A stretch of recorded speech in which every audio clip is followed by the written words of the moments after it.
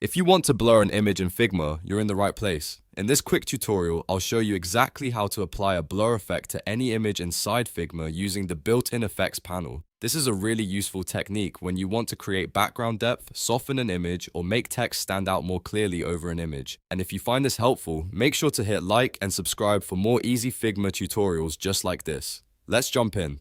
First, open your Figma file and select the image you want to blur. You can click directly on the image on the canvas or select it from the Layers panel if that's easier.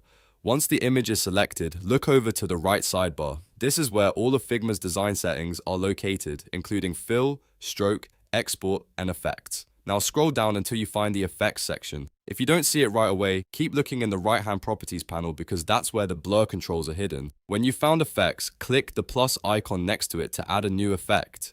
Figma will usually default to a shadow effect first, but that's not what we want here. Click the drop-down menu that appears and change the effect type to Layer Blur. This is the setting that blurs the selected image itself. Once you switch to Layer Viewer Blur, you'll see a blur amount slider or value field appear. From here, you can adjust the blur intensity to whatever looks best for your design. If you want just a subtle blur, use a lower value. If you want the image to be heavily softened or almost completely obscured, increase the blur value more.